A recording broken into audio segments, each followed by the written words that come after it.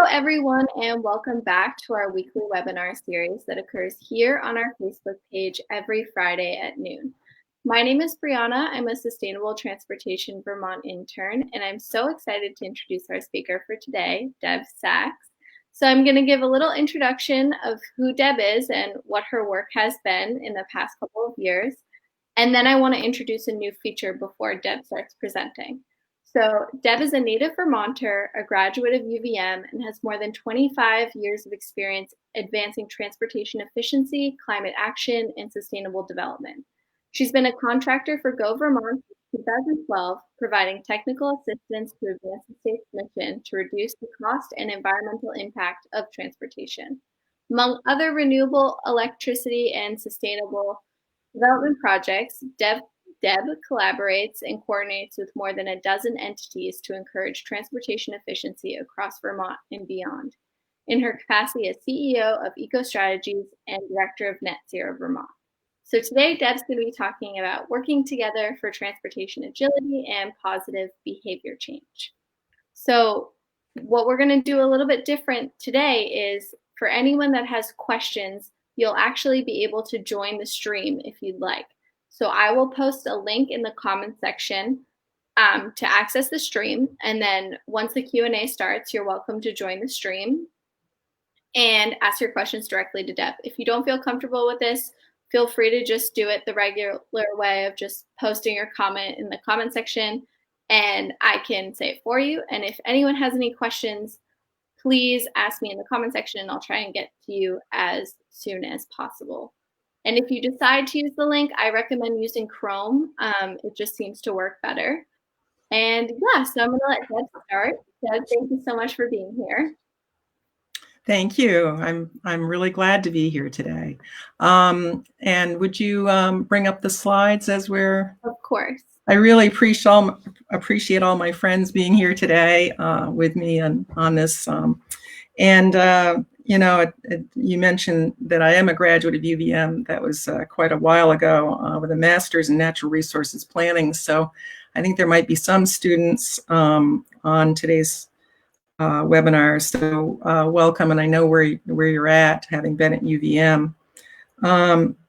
Well, you know, I think my whole message today is working together and I'm privileged to work with a lot of different folks on transportation efficiency, on this problem of climate change.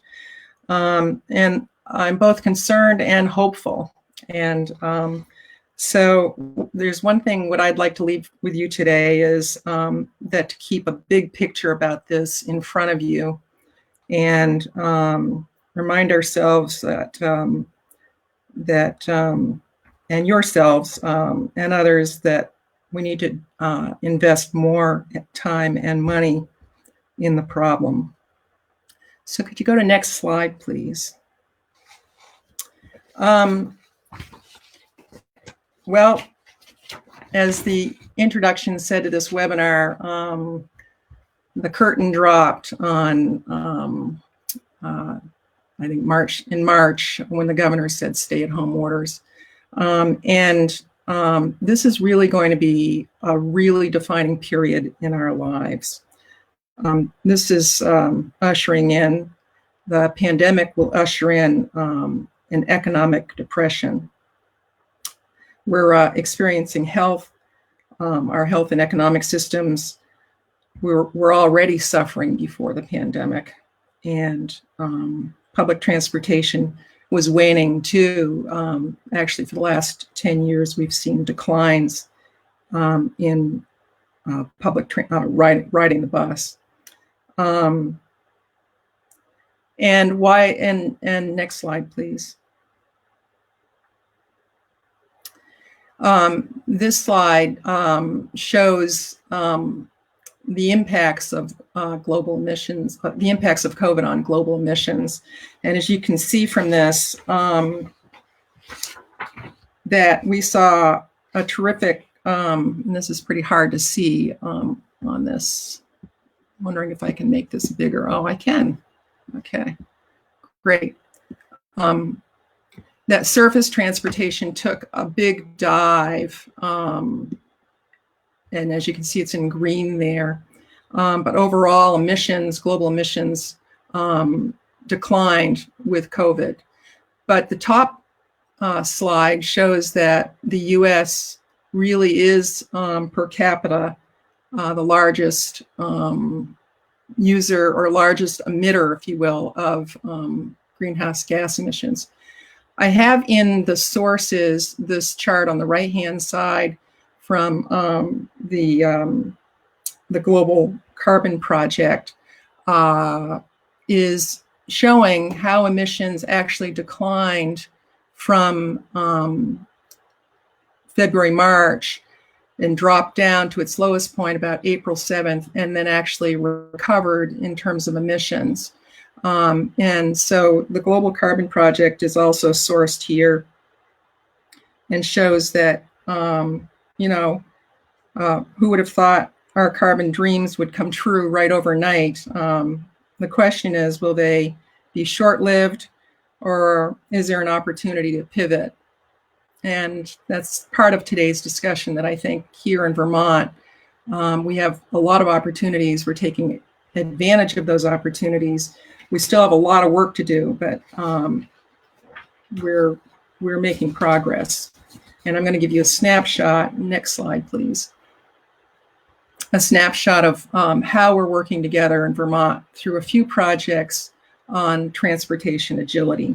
And I like the word agility because it just is really understanding that our we need to be thinking about our transportation system holistically. And while we have challenges in front of us, we can meet those by advancing our work to decarbonize our transportation system. Next slide, please. So I took this phrase from my good friend and partner, David Littersdorf, and he's remarked that crisis equals change and change equals opportunity. We really have slid onto the other side of peak oil, and we really are in a world now with more constrained resources. So it is vital that we take this opportunity that the pandemic has given us at reducing our, at seeing our greenhouses drop. We're really have an opportunity to really seize the moment.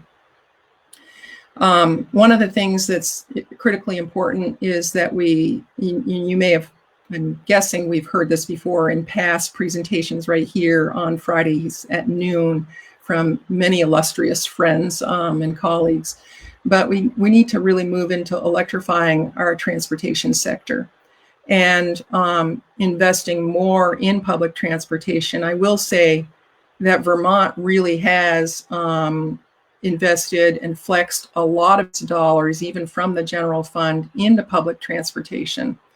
But the question is are we making enough headway to actually address this global climate crisis that we're in, as well as health and economic crisis? And my world, what I've worked in most of all is trying to encourage behavior change. And this change and opportunity before us is really looking at the more efficient and carbon-friendly modes of transportation, and that's boats, moving things by boats, and trains, buses, and I'll speak a little bit about MicroTransit. I know that was mentioned in past presentations.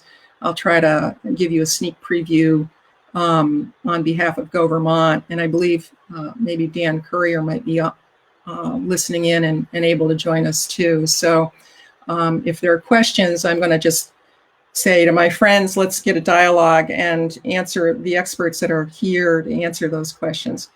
And finally, it's been looked at and politicized and whatnot, but I really believe that we really need to pass a carbon pollution tax in order to leverage the resources and make the resources available for us to tackle this huge problem, especially right now in this economic crisis. Let's go to the next slide. So the big picture, and this is a busy slide, but this big picture really kind of frames, I couldn't really get one image on what agility means, transportation agility means, but it really is looking at the entire system of transportation, how we're linked, how our communities are designed and structured in terms of accessibility to pathways and sidewalks and connecting neighborhoods to services and such. And we'll look at a snapshot in a few minutes about what the attitudes of Barrie residents are towards a variety of things. As getting there, we really have to get rid of the car. Let's recycle it and get into investments in public transportation, buses, trains, and really look at using our legs more, as we heard from Dave Cohen last week, bicycling, e-bikes, the promise of e-bikes, and electrifying buses and eventually trains. And that needs to happen through Vermont's continued work on investing in renewable energy, and we can't do it without building wind and solar and a whole lot of efficiency. And thankfully, our friends at Go Vermont and partners are working together on that. And I'd like to turn it in. Next slide, please. And this is just images. And I name this Back to the Future, if you will. We used to travel by train right here in Vermont. We had 90 train stations.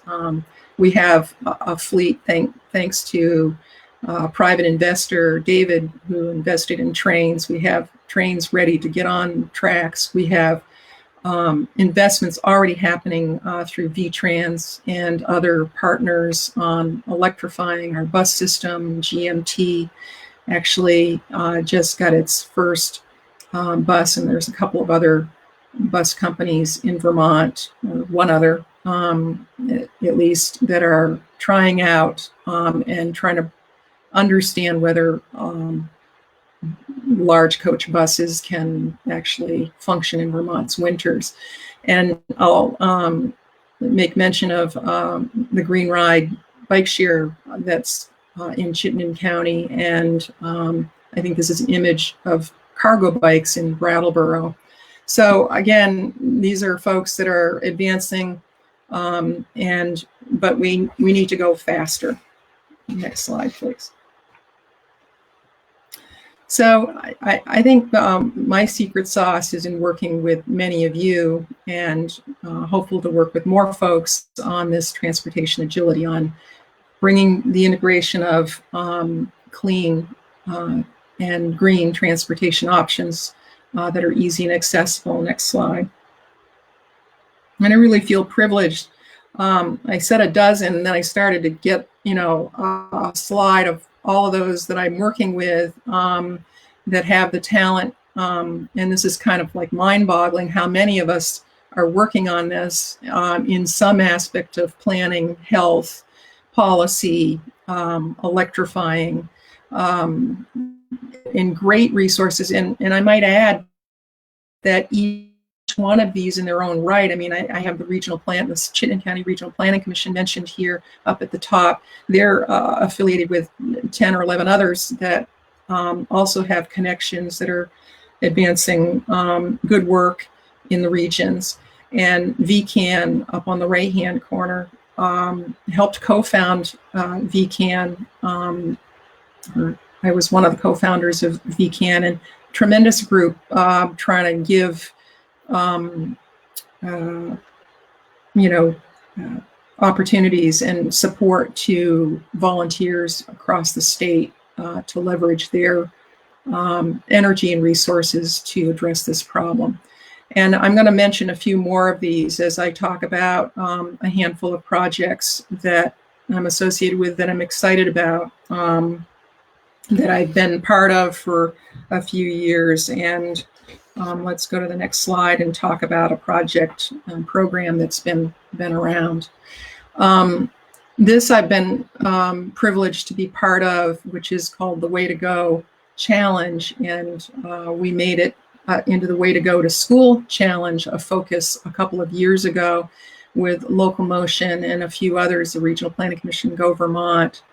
And it's a voluntary program that's branded and enjoys, which was not listed on all of those folks that I partner with. I've neglected to put the businesses that have helped make these voluntary programs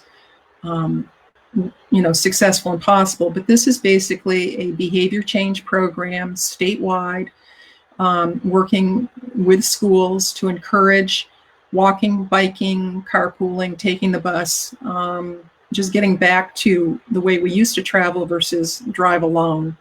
It includes recognition and incentives.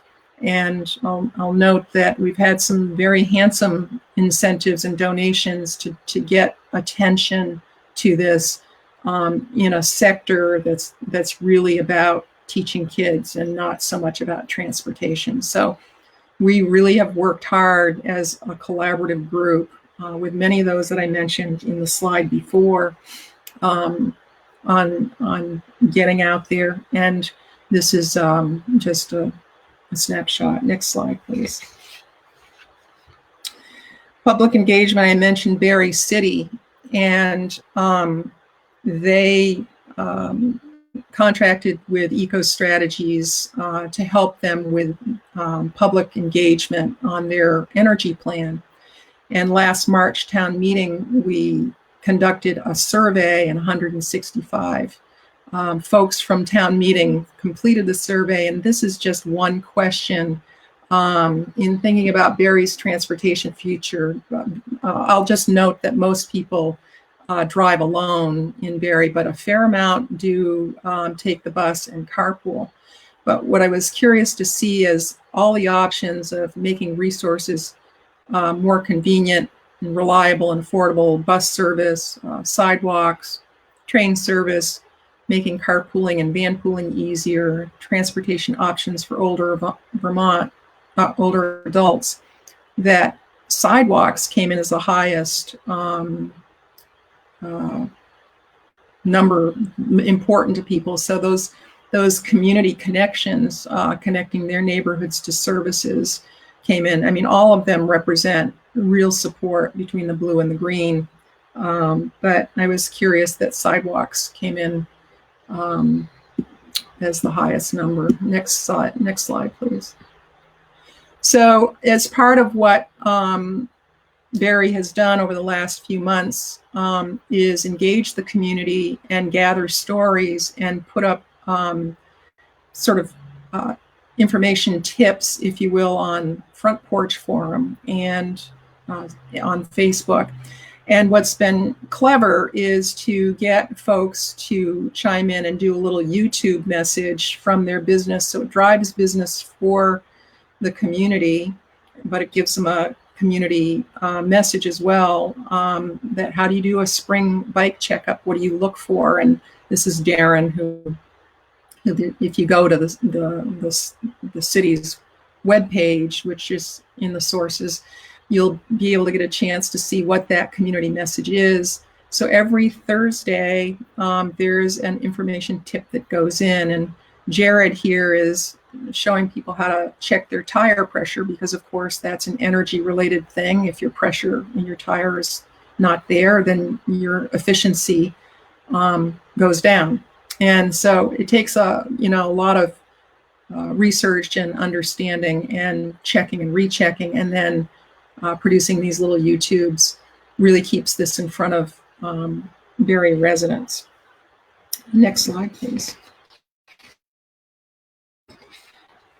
Now I'm going to talk about a project that hasn't started yet, but what I'm really excited about is a project called Walk to Shop. And joining me today, hopefully in the chat room, will be Phil and Stu, who worked with, this is their idea. They came to Net Zero Vermont and asked if we would help, and we also, Net Zero Vermont is interested in promoting anything zero net energy, and a walking culture and a visible walking culture is really important, in my opinion. And thankfully, partners like Cathedral Square and AARP and the City of Burlington are all on board with this project. And so with some funding that's pending, we might be able to pilot a trolley share project. And I'm not going to say too much more about that, as we could talk more from Stu and Phil. Next up. Just two more. I'm going to talk about MicroTransit.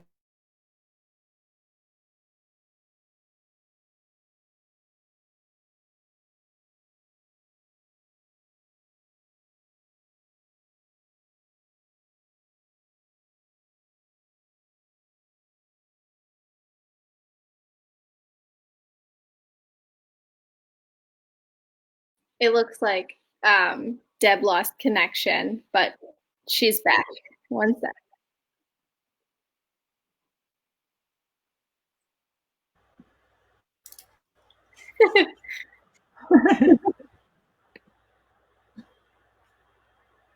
Can you hear me now?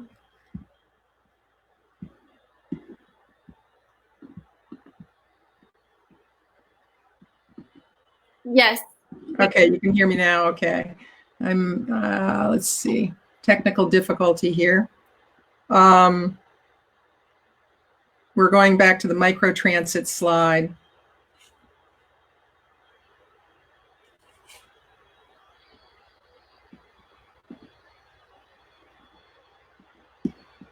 Let's see. Okay, here we go. Great. Thank you. If you could go back a slide. Another one. There's just 3 more slides. MicroTransit's an on-demand, real-time public transit offering, which is optimizing your trans last mile option. And VTrans recently obtained a grant to pilot this in Montpelier, and at the nudge and urging of Sustainable Montpelier Coalition and VTrans working together, fingers crossed, we're hoping to launch in the winter of 2021. COVID certainly has put a realistic damper on things, and hopefully this will happen. But stay tuned. We could have our very first MicroTransit that could be disrupting fixed route transit, and I think GMT is involved in this, and I know that GMT is involved, and hopefully we'll see something new and promising on the MicroTransit level. Next slide.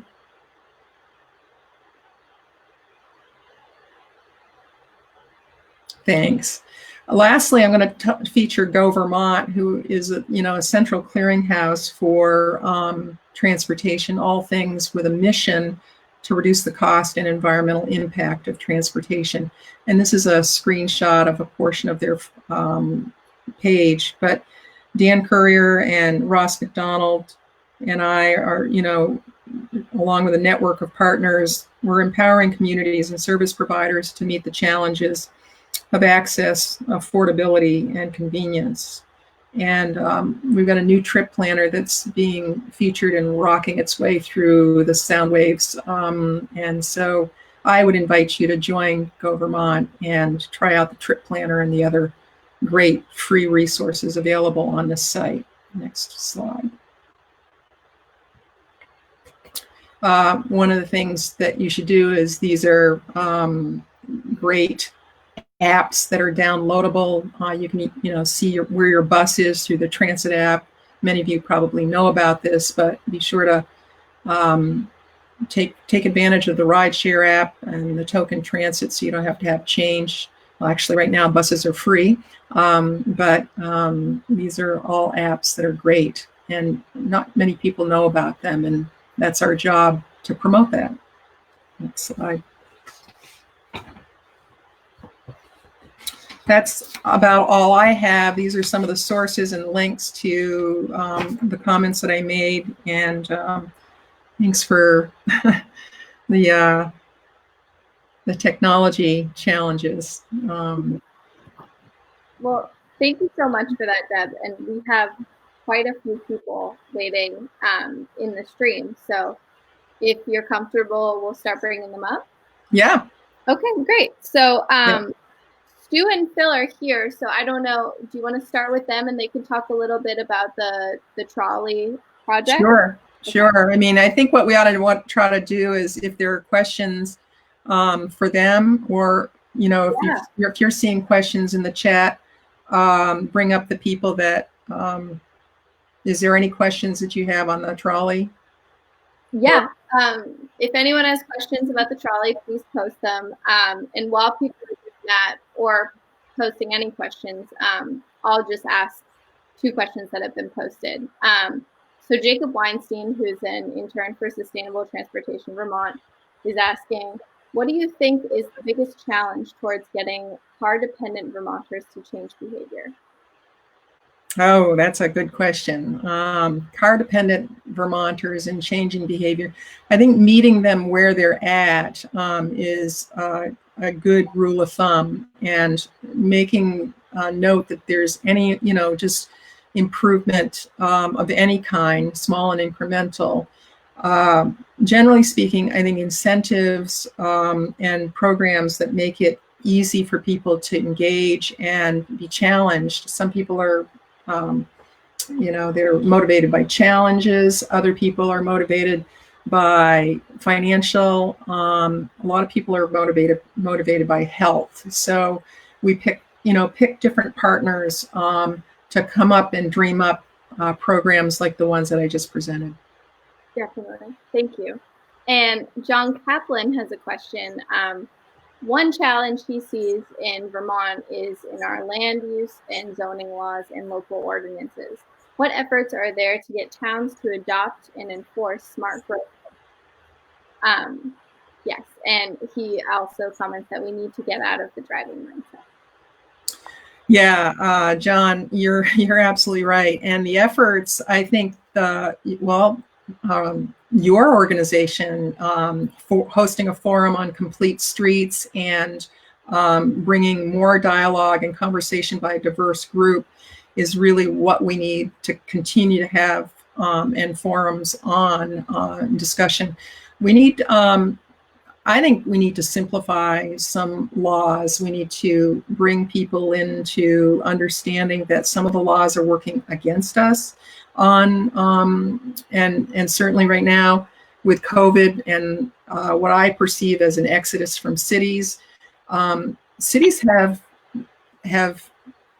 long been in existence through pandemics. I'm hoping this will just be a temporary time where people lose their fears and we get past COVID and they return to communities. But investments in our communities, in infrastructure that's for green transportation, green mobility is what we need to do. Definitely. I don't think I really answered the question, but the complete streets, transportation for Vermonters, there are some folks out there, and what I would say is that I would challenge our organizations like the Vermont Planners Association and the regional planners to actually harness this opportunity to also decomplicate life, reduce permitting that's overly arduous and whatnot. So definitely. So one question popped up about the trolley, so I'm going to bring Phil and Stu up. Great.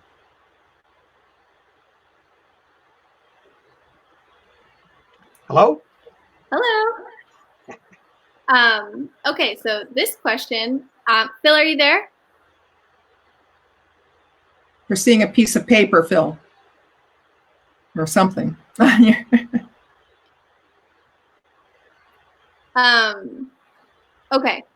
I'm gonna keep the paper. Oh, okay, there we go. There you go. Hello. Phil, we can't hear you. But I'm going to ask the question.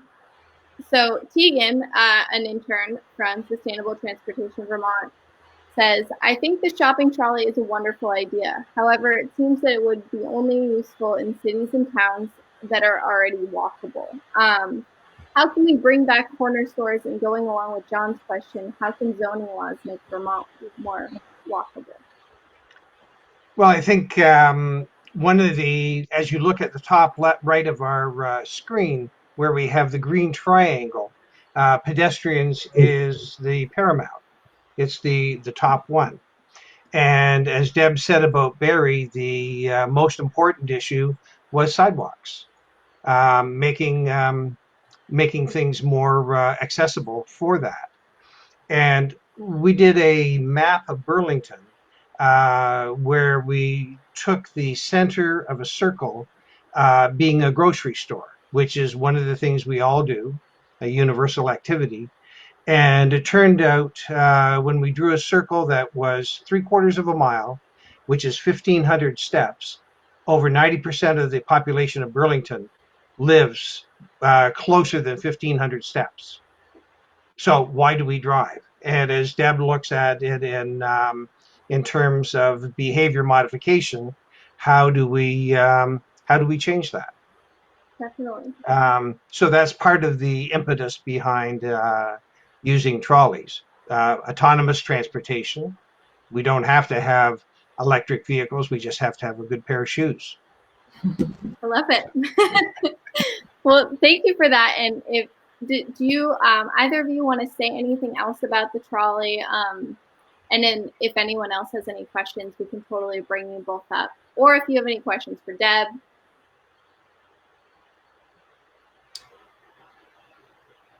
I think I think that's a good project, and I think any support. And the idea is to make it transparent and transferable so that it could be in other communities as well, to see a visible way of walking and the need for safe walking. And there's not one solution. Everything is a mix. So it's only one part of the puzzle, but it could be an important one. Definitely. Okay, well, thank you so much, both. I do have to say one thing about Phil and Stu. They started bicycle parking was instrumental in starting bicycle parking in Burlington, and look that's stuck. So it takes a while for these things. And my only comment is that we have to move these things faster. We shouldn't be having to have bake sales to address COVID and walking and biking. So definitely.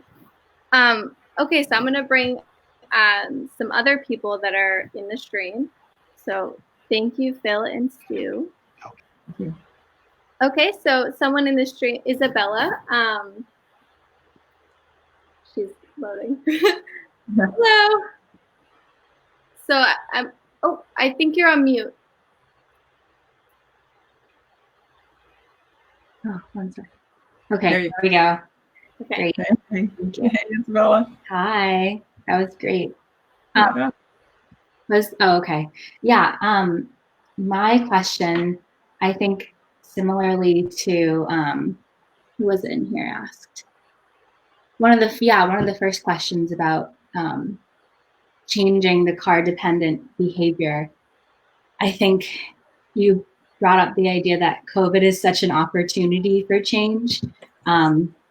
What do you see? What kind of actionable steps do you see other than promoting all these organizations and promoting behavior change? What kind of smaller steps do you think could lead to a result in the long term? For more walking or biking, walking and biking, and the smaller steps. I think that that COVID is right now has an opportunity because people are feeling safer biking and walking. And small steps would be to do more of what we're doing with like Darren at the bike shop and bringing those folks like Dave Cohen from V-Bike, personal consults. Those sorts of things make such a huge difference because I think people see an obstacle that they don't feel safe, even with the infrastructure that's in place. But our friend Dave Cohen said, has said to me in the past, someone that said I'd never get on a bicycle because it's just not safe. Well, he had a personal consult, which he did, and talked to her about putting a flag on her bike and, putting, all of the stuff, safety gear on. And suddenly she's now become a, avid, visible biker in Brattleboro. Yeah. So small steps are in how we can support and advocate together. If we all decide we want to get, I think the bike challenge, Local Motion participated in the National Bike Challenge. That's the sort of thing that actually providing framework for folks is and a reason to do it just gets people out and gets them comfortable. Yeah. But there's a lot to it. Thanks for the question. I don't know if I answered it that well. No, that was great. I think there's just so much power in small community action. And I think you really have tapped into that, especially in Berry City and just so many other projects. So, and I'm going to just tell everybody that you're interning with me this summer, and I'm just so blessed. We have a great time. Yeah, we do. Kicking these things around. Yeah, well, thank you.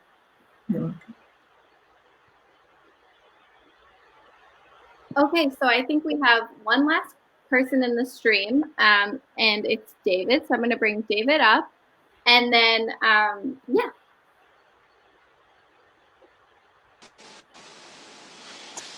Hello. Oops. I'm going to just mute myself. Hi, David. Hello. Hi. Did you have a question for Deb, or would you like to plug something about any projects that you're currently working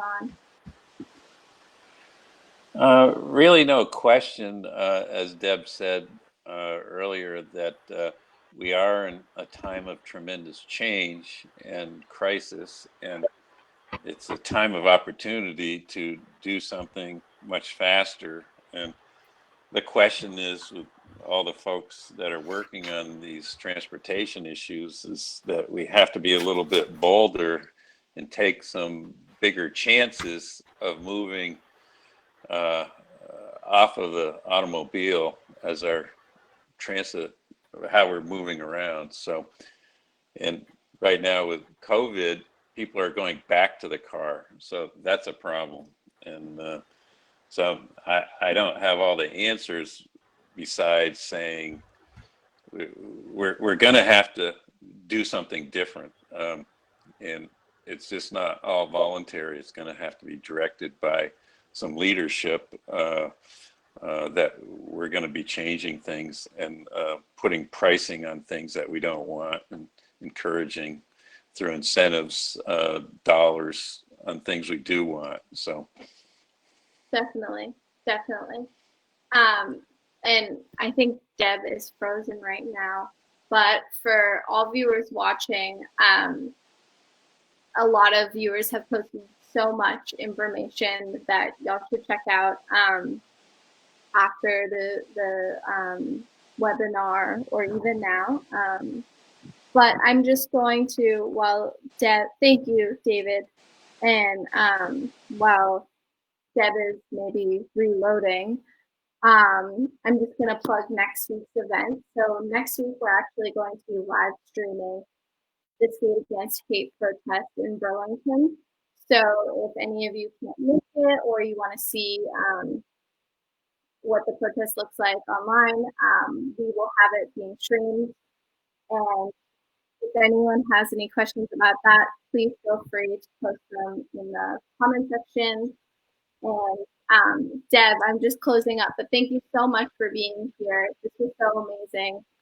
Oh, thank you. You were a big help, and thanks to all the participants. Yeah, absolutely. Please let us know what you thought about having people in the stream.